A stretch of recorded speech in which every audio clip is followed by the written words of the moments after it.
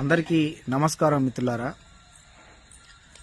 అయ్యా తీన్మార్ మల్లన్న గారు, మీకు ఒకవేళ జ్ఞానం ఉంటే విశారదన్ మహారాజ్ గారితో మీరే మాట్లాడవచ్చు కదా, చిలుక ప్రవీణ్ తోటి మీరే మాట్లాడవచ్చు కదా.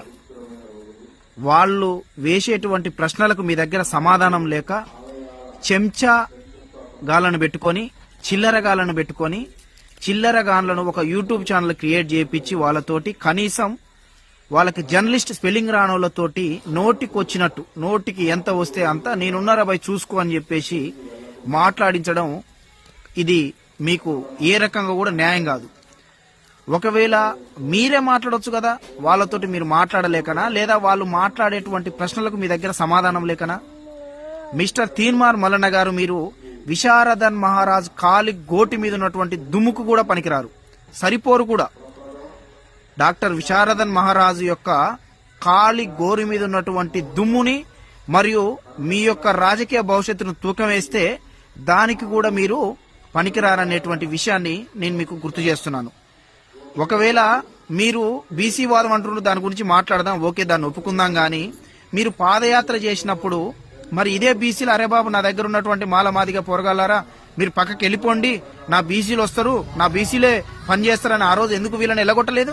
కథలు ఇటువంటి మాటలు మాట్లాడితే మాత్రం చాలా జాగ్రత్త ఉంటది. విశారదన్ మహారాజ్ గురించి మాట్లాడించేటప్పుడు ఆ కొడుకుని నోరు జాగ్రత్తగా పెట్టుకోమను.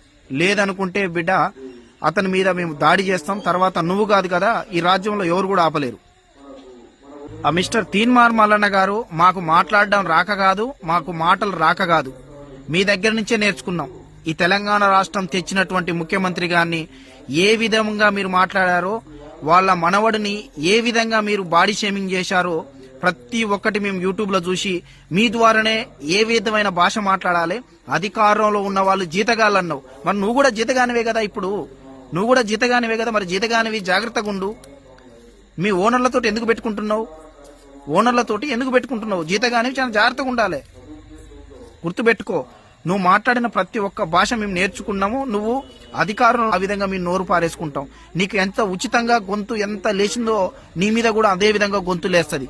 విశారదన్ జోలికి వచ్చే ముందు వెనక ముందు ఆలోచించుకోండిరా, నీ రాజకీయ భవిష్యత్తుకు గోరి కడతాం. తెలంగాణ మలిదశ తెలంగాణ ఉద్యమం మొదలయ్యిందే సూర్యాపేట గడ్డ నుంచి బిడ్డ. సూర్యాపేటలోనే నీకు గోరి కడతాం తీన్మార్ మల్లన్న గారు. ఇంకొకసారి విశారదన్ మహారాజ్ మీద దాడి చేపించాలని చూసినా, విశారదన్ మహారాజ్ మీద సోషల్ మీడియాలో నోటికొచ్చినట్టు మాట్లాడించే ప్రయత్నం చేసినా కూడా